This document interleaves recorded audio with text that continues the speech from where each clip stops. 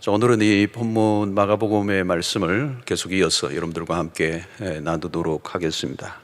오늘 이 14절을 출발 보면 요한이 잡힌 후, 요한이 이제 잡혔다는 말은 이제 요한의 역할이 끝이 났음을 의미하기도 합니다. 그리고 새로운 시작을 알리죠. 그리고 이제 예수 그리스도에게 바톤을 넘기시는 그런 장면입니다. 그렇다고 해서 요한의 이야기가 끝난 것은 아닙니다. 6장으로 넘어가면 이제 요한의 이야기가 또 구체적으로 또 한 번 더 언급이 됩니다. 그러나 오늘 이 본문에서부터 본격적으로 그리스도의 사역이 시작되는 지점이죠. 오늘 여기 보면 요한이 잡힌 후 예수께서 갈릴리에 오셔서 하나님의 나라를 전파했다. 하나님의 나라의 복음을 전파했다는 것입니다. 이 갈릴리로 예수님의 활동의 장소가 언급이 되고요. 여기서 우리가 주목해야 될 것은 하나님의 복음을 전파하셨다. 하나님의 복음이라는 단어가 나옵니다. 왜 하나님의 복음인가 하는 것입니다. 이것은 마가가 어떤 의도를 가지고 전한 것이죠. 당시 사람들이 생각하는 정치적인 복음과 구별하기 위해서 마가가 이 단어를 가지고 왔습니다. 예수님이 오셨을 때 유대의 그 시대적 상황을 보면 오늘 한국이 처한 이 상황보다 더 복잡하고 또 매우 민감했던 시대입니다. 로마의 지배하에서 나라를 빼앗긴 그 미래가 불투명한, 그래서 백성들은 정치적, 경제적으로 매우 힘들었던 때였습니다. 그들은 당연히 정치적인 메시아 그리고 경제적인 메시아를 갈망했습니다. 그러나 마가는 분명하게 입장을 걷죠. 영적인 통치를 의미하는 그리고 영적인 메시아, 정치적인 통치를 의미하지 않는다는 것을 분명히 밝히고 있는 것이죠. 하나님의 복음은 하나님으로부터 나온 것임을 밝히고 있습니다. 이 복음의 출처가 중요해요. 세상에는 어디로부터 나온 것인지 출처 불명의 복음이 너무 많습니다. 온갖 복음이 있죠. 별별 복음이 다 있습니다. 그런 복음의 특징들은 그 시대가 만들어낸 복음이죠. 사람들의 귀를 솔깃하게 해주는 그런 내용들. 빵이 필요한 사람에게 빵을 무한 제공해 주겠다. 그건 복음이 되겠죠. 나를 따라오면 새로운 삶이 시작된다고 속삭이는 이 온갖 거짓된 복음이 난무하는 시대. 모든 것을 다 줄 것 같고 새로운 세상이 올 것 같이 얘기하는 이 복음, 나를 따라오기만 하라. 여러분, 그러나 속지 마십시오. 복음은 오직 한 분으로부터 나와요. 하나님의 복음이라고 마가가 분명히 밝힌 의도를 우리가 알아야 합니다. 당시 얼마나 많은 복음으로 사람들을 현혹시켰는지 모릅니다. 현실이 어려우면 더 그래요. 삶에 열악하고 힘들고 어렵고 공핍해지면 사람들이 잘 속습니다. 그리고 사기꾼들이 막 늘어나는 거죠. 요즘 코로나로 인해서 어려운 상황이 막 일어나니까 이 어려운 상황 속에서 이것을 이용해서 사기를 치는 사람들이 나오잖아요. 하나님의 복음이란 하나님으로부터 왔고 하나님만이 주실 수 있는 것임을 의미합니다. 하나님이 그리스도를 통해서만 우리에게 주어진 것이 복음이다. 그리스도의 십자가와 부활을 통해서 우리에게 허락하신 구원, 그것이 복음이라는 것. 그래서 우리가 끊임없이 예수 그리스도를 강조하는 이유가 여기에 있습니다. 예수 그리스도 외에는 다른 복음이 없다. 갈라디아서에서도 핵심적인 이야기가 그거죠. 자, 오늘 여기서 보면 그 하나님의 나라가 가까웠다는 이 표현을 쓰고 있으면 15절에 대단히 중요한 주제죠. 하나님의 나라. 오늘 예수님의 지상의 사역이 이제 출발되면서 이제 예수님의 첫 번째 메시지가 하나님의 나라가 가까이 왔다 라고 얘기하고 있습니다. 이것은 예수님의 입에서 직접 하나님의 나라를 언급되고 있습니다. 왜 하나님의 나라인가? 눈에 보이는 이 세상의 나라와 대조적인 나라가 있다는 것입니다. 지금 우리가 사는 세상은 불완전하고 한시적이고 한계가 있고 문제가 많은 나라. 아담의 범죄 이후로 이 땅의 나라는 생각보다 많이 망가져 있습니다. 과연 우리는 세상에 희망이 있는가? 사람들이 희망을 가지긴 하죠. 희망을 가질 때는 참 좋은 것 같아요. 그러나 희망이 사라지면 살 힘이 없잖아요. 그런데 과연 세상에 희망을 가질 만한 것인가 라고 하는 것입니다. 이제 막 학교에 입학한 사람은 희망이 있죠. 졸업을 하고 난 다음에 취직을 하고 싶은 희망.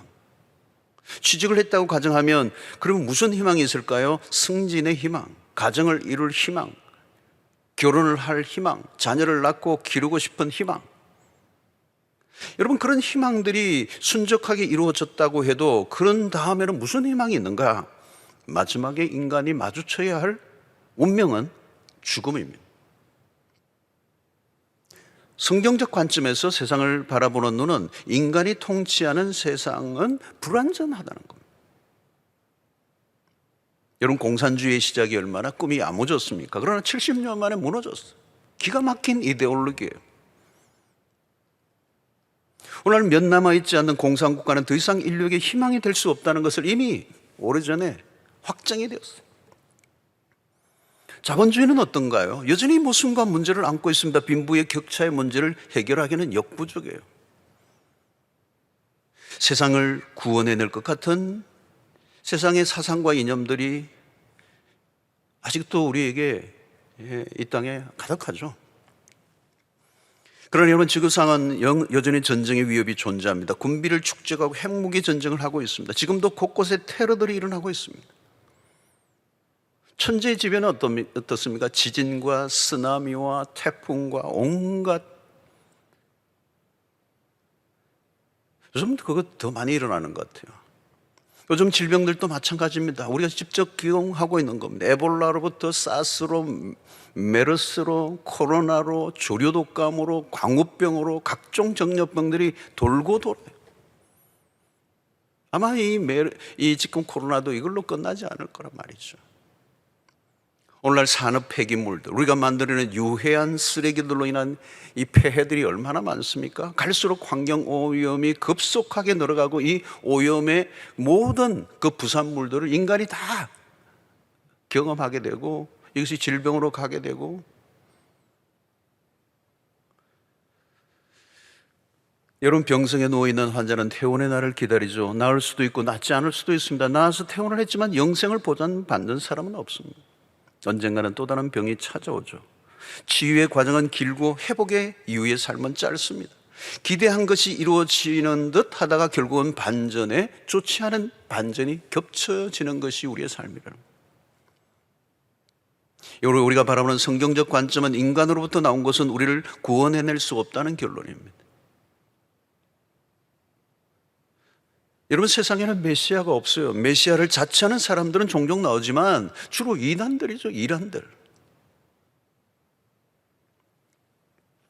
세상의 모습은 죄와 사탄의 활동이 득세하고 있습니다. 세상 안으로 들어가면 악이 창궐합니다. 얼마나 악이 성행하는지 온갖 추악한 일들이 벌어지고 있습니다. 인간의 탐욕이 만들어 놓은 세상이 얼마나 살벌한지, 얼마나 파괴적인지. 죄가 세상 속에서 사탄과 함께 활동하고 있는 한 우리에게는 행복이 없습니다. 세상은 이미 많이 망가져 있습니다. 인류가 앞으로 진보해 가는 것 같지만 그렇지 않아요. 세상은 여전히 죄 아래 있고 저주 아래 있습니다. 한 개인의 삶을 들여다보아도 행복은 짧고 고통은 길고 길어요. 구원받은 신자도 마찬가지입니다. 우리가 예수를 믿고 죄 사함을 받긴 했지만 여전히 죄인일 뿐만 아니라 죄의 성향이 우리를 지배하고 있습니다. 그래서 바울은 로마서를 통해 피조물들이 모두 탄식한다고 얘기해요. 로마서 8장 22절을 보면 피조물이 다 이제까지 함께 탄식하며 함께 고통을 겪고 있는 것을 우리가 아느니라. 로마서 8장에서는요, 삼중 탄식이 나옵니다. 성령의 탄식이 나오시고 성령님이 탄식하시고 피조물들이 다 탄식하고 있다. 인간의 탄식입니다. 우리 역시 질병으로 고통하고 끝내는 죽음에 이르게 하는 병에 걸려 있습니다. 다 죽음의 병에 걸려 있는 거예요. 이미 죄라는 바이러스 안에 감염되어 있는 겁니다. 온 세상이 탄식하고 있는 거죠. 우리는 세상을 바라보면서 이 탄식을 할 수 있어야 돼요. 세상에 대해서 절망해야 합니다. 어떤 분은 고생해서 이제 자기 집을 가지고 살려고 하는데 병이 덜컥 걸려 시름시름 앓다가 죽는 걸 봐요. 장례식 때 모두가 울고 또 울어요. 좋은 날 보지 못한 인생의 그 끝을 보는 그 안타까움, 그 탄식 말이죠. 여러분, 우리가 바라는 것이 무엇입니까? 무엇이 이루어지면 파라다이스가 이 땅에 올 것인가? 여러분, 우리는 그토록 바라던 경제적 회복이 우리의 삶의 질을 바꿔놓지 못했어요. 3만 불 시대인데 청년들은 희망 고문을 당하고 있습니다. 가정들이 또 깨어지고 있습니다. 사람들은 모두 행복한 삶을 원하지만 정작 행복이 무엇인지를 알지 못해요. 행복을 구할수록 행복은 더 멀어져 가는 겁니다. 세상 안으로 들어가면 행복은 고사하고 고통의 물결이 거세게 치고 있는 것이죠. 여러분, 코로나가 주는 두려움과 그 걸린 분들의 고통도 크겠지만 어쩌면 우리의 일상의 삶도 그에 못지않아요. 살을 에이는 듯한 고통의 일상들. 코로나의 병에 걸린 분들도 고통이지만 일상을 살아가는 우리의 삶, 인간의 탄식으로 가득 차 있고 고통으로 가득 차 있고 절망으로 가득 차 있고 실패로 가득 차 있고 신음소리로 가득 차 있는 이 세상. 여러분, 우리의 진정한 갈망이 무엇인가? 지금 주님이 하나님의 나라가 갖고 왔다, 하나님의 나라의 복음을 지금 얘기하는 이 말은 오늘 현실이 우리가 희망할 수 있는 곳이 아니라는 것을 분명히 알게 주는 것입니다. 우리는 좀 더 나은 집, 좀 더 나은 경제적인 회복, 좀 더 나은 정부가 일어나기를 바라지만 성경의 관점은 이 세상에서는 우리의 진정한 소망이 보이지 않는다. 로마서 8장 24절의 말씀. 우리가 소망으로 구원을 얻었음에 보이는 소망이 소망이 아니니 보는 것을 누가 바라리요. 우리의 눈에 보이는 그것을 눈에 보이는 그 소망이 아니라는 것. 성경은 정확하게 우리에게 말씀합니다. 우리가 추구하고 있는 어떤 것도 그것이 우리의 소망이 될 수 없다. 보는 것, 눈에 보이는 것을 누가 바라리요. 많은 사람은 자신의 희망한 것들이 깨어지는 것을 보면서도 여전히 이루어질 수 없는 희망을 꿈꾸고 살아가는 거예요. 여러분, 우리가 가져야 할 궁극적인 소망이란 무엇일까요? 우리는 눈에 보이는 것들로는 가망성, 소망이 없음을 인정해야 합니다. 누가 하나님의 나라를 갈망하나요? 현실에 절망할수록, 현실의 삶에 절망할수록 하나님의 나라에 대한 갈망이 깊어집니다. 현실을 부정하거나 현실에 대한 도피적인 삶을 살라는 말은 아닙니다.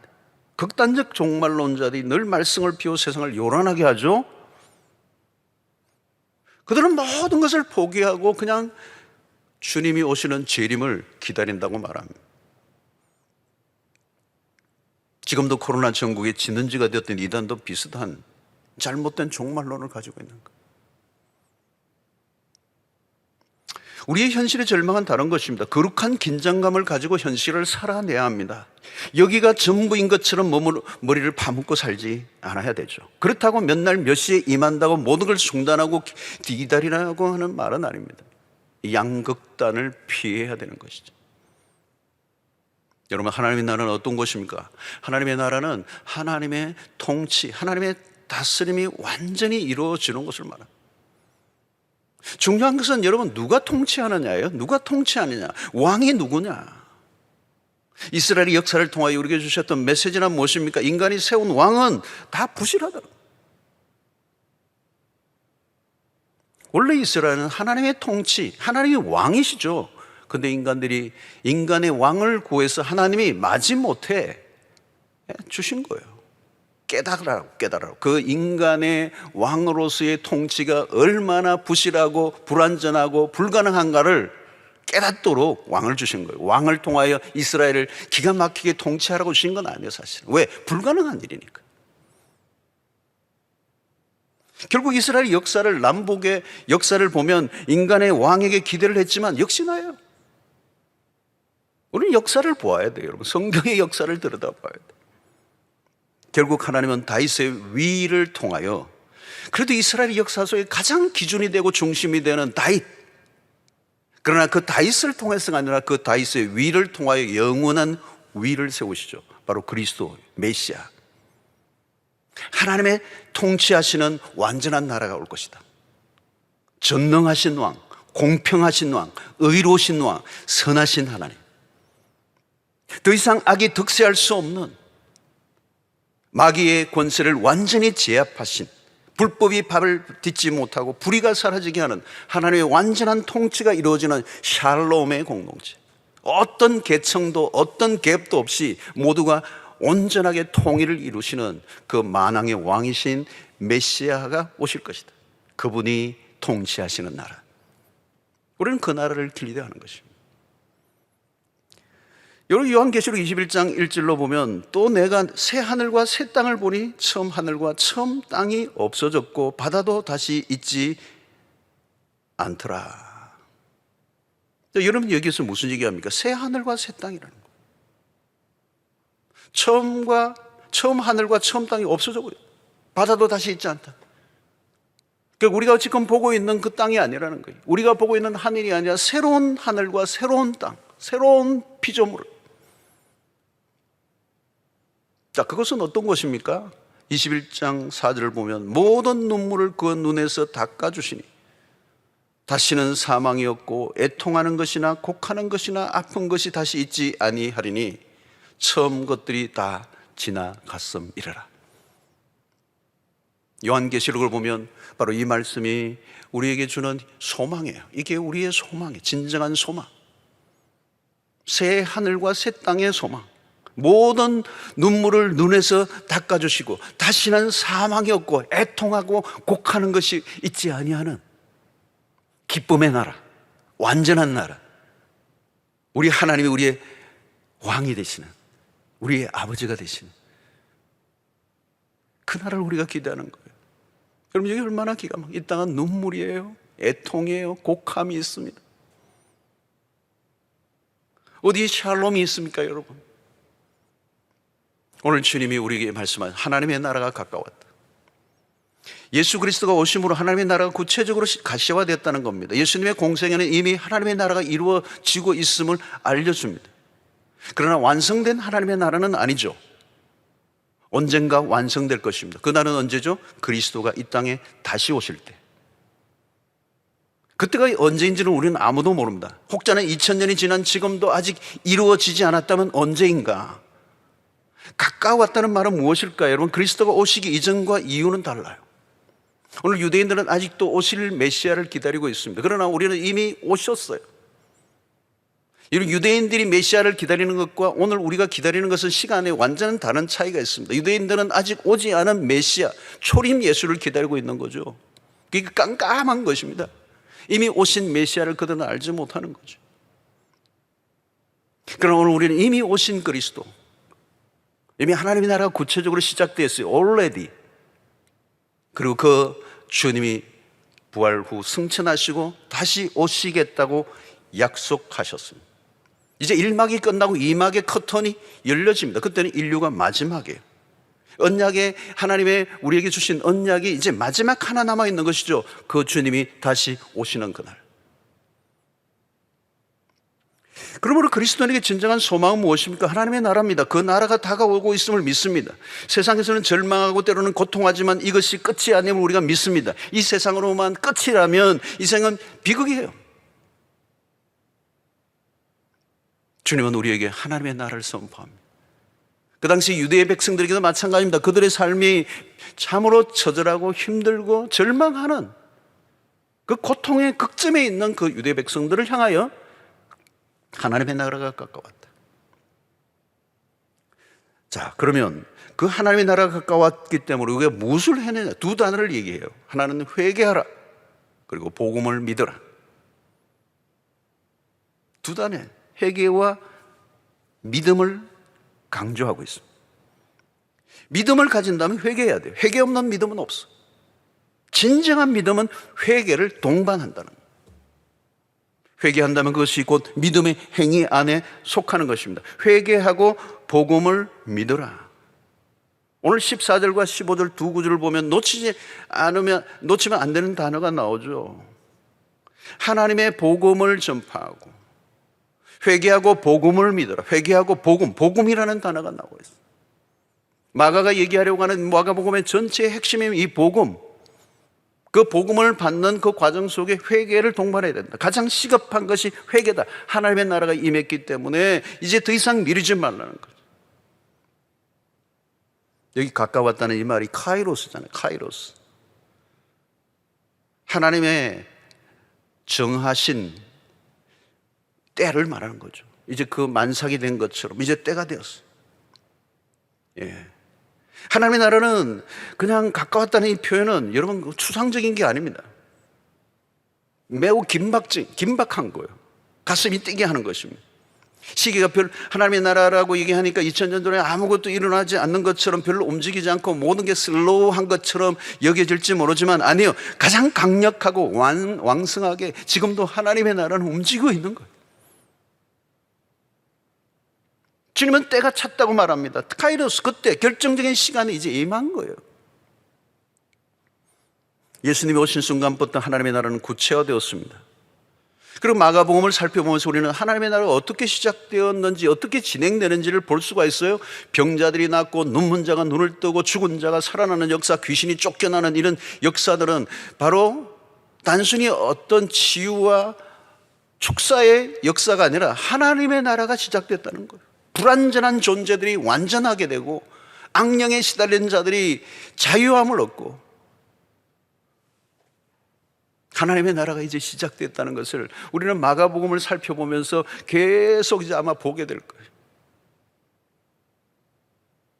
그 나라가 지금 임했어요. 근데 이 나라는 완성된 나라가 아니기 때문에 완성될 그날을 우리는 기다리고 있다는 거예요. 그날은 내일 올 수도 있어요. 그러나 그 시간은 아무도 알 수 없습니다. 그러므로 지금 우리가 어떻게 해야 돼요? 회개하고 복음을 믿으라. 그런데 여기 보십시오. 회개가 먼저예요. 회개하고 복음을 믿으라. 여기 회개는 그냥 단순히 내 생활의 어떤 죄를 깨닫고 그걸 얘기하는 게 아니라 거대한 터닝을 말하는 거예요. 삶의 방향이 완전히 바뀌는, 세상을 향하여 있던 우리의 삶의 태도가 완전히 그리스도에게로 돌이키는, 터닝하는, 턴백하는, 죄에 대한 명확한 깨달음과 함께 돌이킴이 있어야 된다는 거예요. 터닝을 해야 되는데,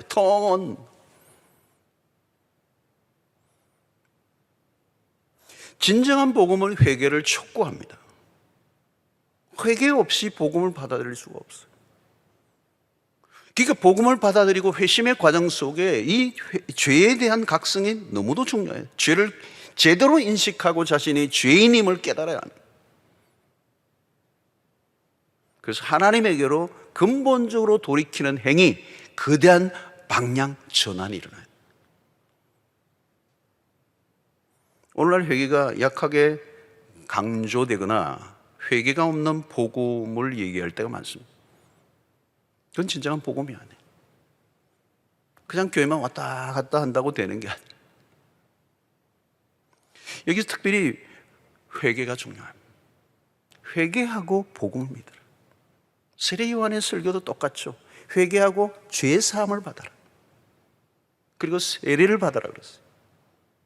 그런데 예수님의 말씀은 한 단계 더 나가서 복음을 믿으라.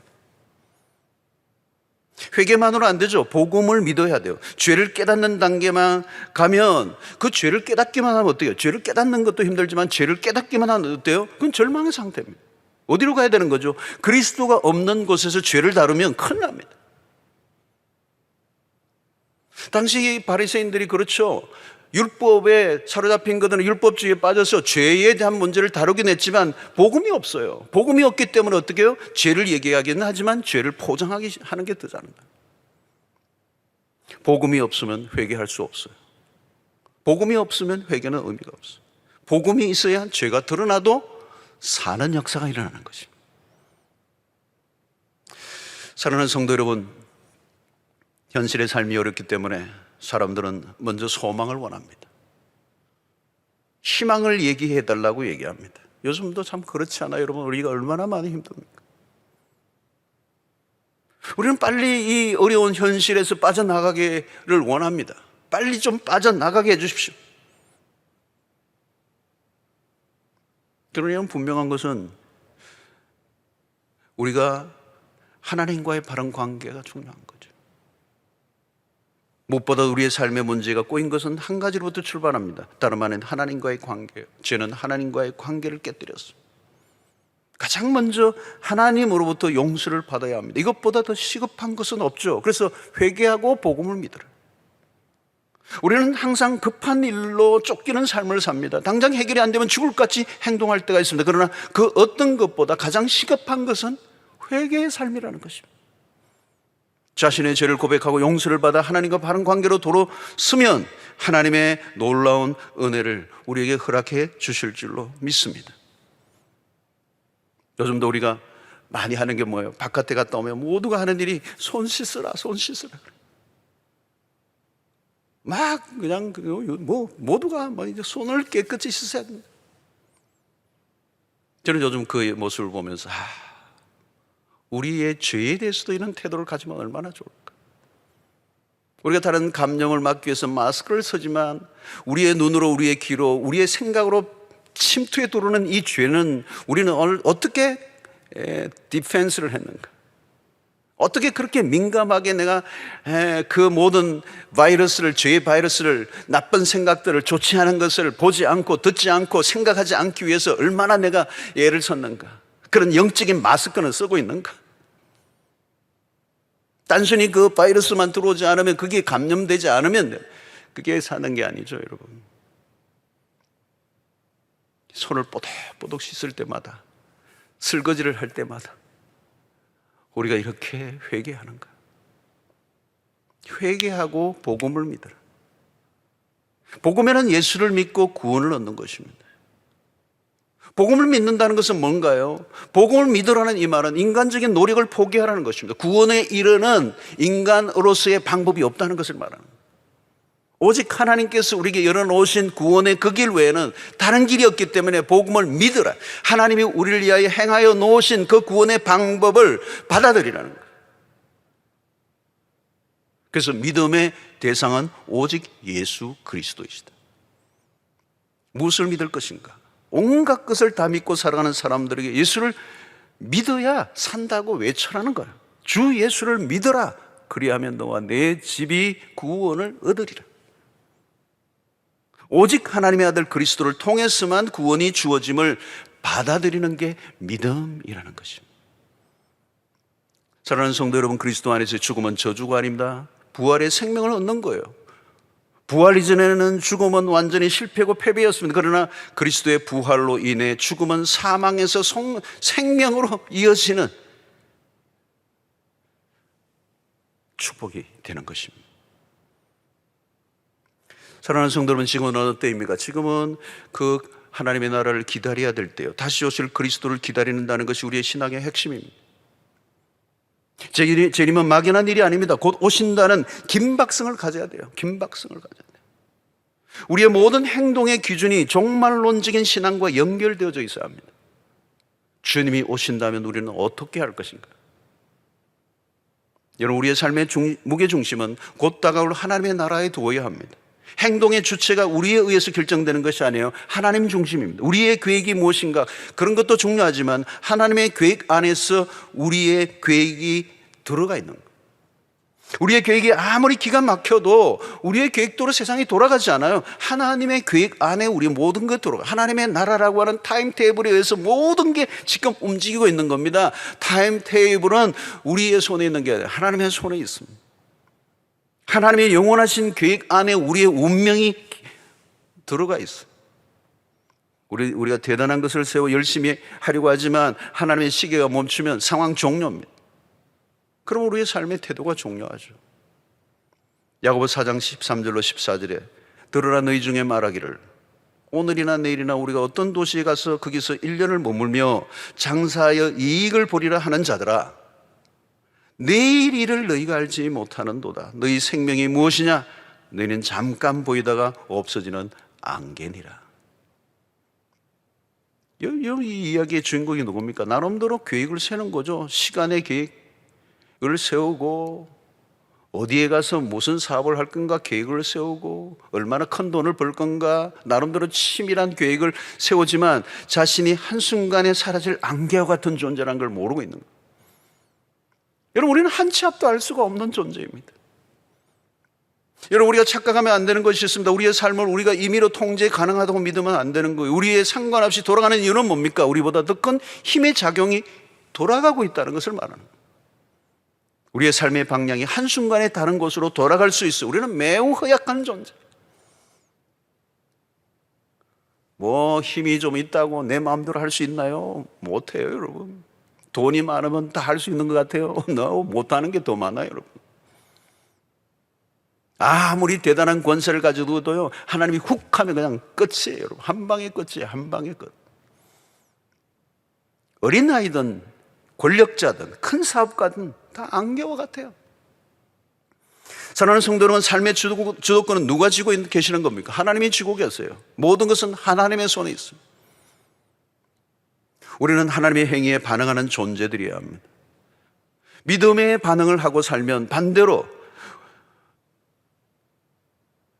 믿음의 반응하면 살고 반대로 자기 마음대로 살면 답이 없는 인생. 우리는 이것을 빨리 깨닫고 살아가는 것이 신앙의 길인 것입니다. 사랑하는 성도 여러분, 하나님의 나라는 반드시 오고야만 합니다. 우리가 오라 말라 아니면 좀 이따 오라 그럴 권한이 없고요. 정한 시간에 정확하게 그 나라가 우리에게 임할 것입니다. 우리는 그 나라를 기대하며 살아가는 백성들이요, 그 나라를 기대하며 살아가는 것. 때로는 현실이 부조리하고 죄악이 가득하고 어디를 보아도 소망이 없어 보여도 여러분, 낙심하지 마십시오. 우리에게 다가오고 있는 하나님의 나라가 있다는 사실을 믿음의 눈을 열고 바라볼 수 있게 되기를 바랍니다. 그리고 우리가 전할 복음이 있어요. 회개하고 복음을 믿어라.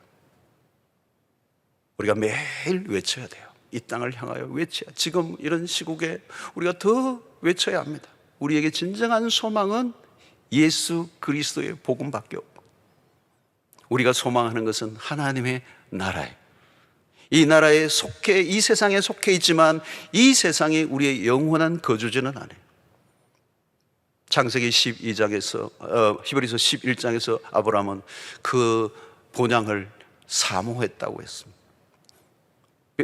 바울은 우리는 이 나그네요, 하늘의 시민권을 가지고 그 하늘을 사모하는 자들로 우리가 살아야 한다는 사실을 얘기하고, 믿음의 모든 선진들은 오늘 눈에 보이는 것들을 추구한 것이 아니라 눈에 보이지 않는 그 나라를 대망하고, 오늘 우리의 현실 속에 주어지는 여러 가지 열악하고 어려운 현실에 결코 무너지지 않고 낙심하지 않고 믿음으로 굳게 붙들고 승리한 백성들입니다.